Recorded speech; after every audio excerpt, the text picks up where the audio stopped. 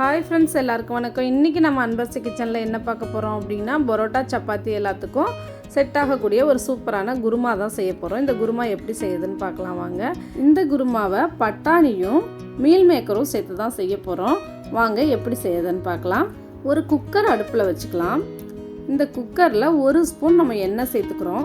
இந்த எண்ணெய் நல்லா சூடாயிட்டு இப்போ இது கூட சின்னதாக 2 துண்டு பட்டை சேர்த்துருக்கோம், ஒரு அன்னாச்சி பூ சேர்த்துருக்கோம், 3 கிராம்பு சேர்த்துருக்கோம், ஒரு பிரிஞ்சி இலை சேர்த்துருக்கோம். இது கூட 1 ஸ்பூன் சோம்பு சேர்த்துக்கிறோம், 1 ஸ்பூன் இஞ்சி பூண்டு பேஸ்ட் சேர்த்துக்கலாம்.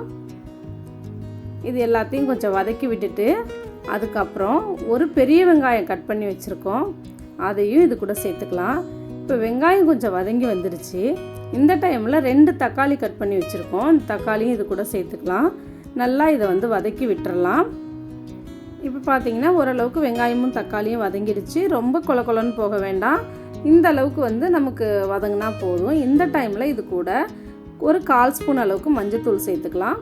அதுக்கப்புறம் 1 ஸ்பூன் மிளகாய்த்தூள் சேர்த்துக்கலாம், 1/2 ஸ்பூன் மல்லித்தூள் சேர்த்துக்கலாம், 1 ஸ்பூன் கரம் மசாலா சேர்த்துக்கலாம். இது எல்லாத்தையும் சேர்த்துட்டு இதை நல்லா வதக்கிடலாம். வதக்கிட்டு ஆற வச்சு இதை தண்ணி ஊற்றி நம்ம மிக்சியில் அரைச்சிட போகிறோம். பாருங்கள், இது நல்லா வதங்கிடுச்சு. இப்போ இதை நம்ம மிக்சியில் அரைச்சி எடுத்துகிட்டு வந்துடலாம். இப்போ இந்த குருமாவை தாளிச்சிடலாம். குருமா தாளிக்கிறதுக்கு 2 ஸ்பூன் அளவுக்கு எண்ணெய் சேர்த்துருக்கோம். எண்ணெய் சூடாகிட்டு இதில் ஒரு ஏலக்காய் சேர்த்துக்கலாம். அதுக்கப்புறம் கொஞ்சம் கருவேப்பிலை சேர்த்துக்கலாம். நம்ம மிக்சியில் பட்டையை பொடி பண்ணி வச்சுருக்கோம், அதுலேருந்து ஒரு 1/4 ஸ்பூன் அளவுக்கு பட்டைத்தூள் சேர்த்துக்கிறோம். அதுக்கப்புறம் மீல் மேக்கரை நல்லா சுடு தண்ணியில் ஊற வச்சுட்டு புளிஞ்சு வச்சுருக்கோம், தண்ணி இல்லாமல், அதையும் இது கூட சேர்த்துக்கலாம். சேர்த்து வதக்கிட்டு இதில் 1 ஸ்பூன் அளவுக்கு காஷ்மீரி சில்லி பவுடர் சேர்த்துக்கலாம். சேர்த்துட்டு நல்லா வதக்கிக்கலாம். இது கலருக்காக தான் நம்ம சேர்த்துருக்கோம். இந்த டைமில் இது கூட நம்ம மிக்சியில் அரைச்சி வச்சுருக்க மசாலாவை இது கூட சேர்த்துடலாம். மசாலாவை சேர்த்துட்டு கொஞ்சம் தண்ணி விட்டு மிக்சியை கழுவி அதையும் அது கூட சேர்த்துக்கலாம். சேர்த்துட்டு இந்த மீல் மேக்கரை நல்லா வதக்கி விடலாம். ஓரளவுக்கு நல்லாவே வதங்கிடுச்சு. இந்த டைமில் இந்த குருமாக்கு தேவையான அளவு உப்பு சேர்த்துக்கலாம். நான் பட்டாணி ஊற வச்சு எடுத்து வச்சுருக்கேன். இந்த பட்டாணியை இது கூட அப்படியே சேர்த்துக்கலாம். இது வேக வச்சதில்லை, வெறும் ஊற வச்ச பட்டாணி தான். இது கூட சேர்த்துட்டு நல்லா நம்ம வதக்கி விடலாம். இப்போ பாருங்கள், அதில் இருந்து தண்ணியெலாம் வற்றி நல்லா ட்ரை ஆகிடுச்சு. இந்த டைமில் இது கூட 2 கிளாஸ் அளவுக்கு நம்ம தண்ணி சேர்த்துக்கலாம். தண்ணி சேர்த்துட்டு இதை அப்படியே கொதிக்க விடலாம். இது கொதிச்சிக்கிட்டே இருக்கட்டும். அதுக்கப்புறம் ஒரு மூடி நம்ம தேங்காய் எடுத்துருக்கோம், 4 முந்திரி எடுத்துருக்கோம். இதை மிக்சியில் நல்லா அரைச்சி எடுத்துகிட்டு வந்துடலாம். பாருங்கள், அரைச்சிட்டு வந்துட்டோம். அரைச்சிட்டு வந்த தேங்காய் முந்திரி பேஸ்ட்டை குருமாவில் சேர்த்துக்கலாம்.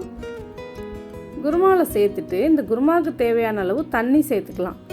பாருங்கள், நம்ம தேவையான அளவு தண்ணி சேர்த்துட்டோம். அதுக்கப்புறம் குக்கரை மூடி வெயிட் போட்டு ஒரு 4 விசில் வர்ற அளவுக்கு வச்சிடலாம். இப்போ 4 விசில் வந்துருச்சு. நம்ம திறந்து பார்க்கலாம். பாருங்கள், குருமா எவ்வளோ சூப்பராக இருக்குது பாருங்கள். இதை நான் ஒரு பாத்திரத்துக்கு மாத்திரம் பாருங்கள்.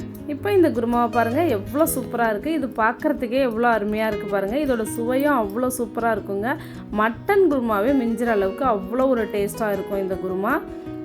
இதை நீங்கள் செஞ்சு பாருங்கள். உங்களுக்கு இந்த பதிவு பிடிச்சிருந்துச்சுன்னா லைக் பண்ணுங்கள், ஷேர் பண்ணுங்கள், கூடவே சப்ஸ்கிரைப் பண்ணுங்கள். பக்கத்தில் இருக்க பெல் பட்டனை கிளிக் பண்ணுங்கள். இதில் ஏதாவது குறை இருந்தால் எனக்கு கமெண்ட்ஸில் சொல்லுங்கள்.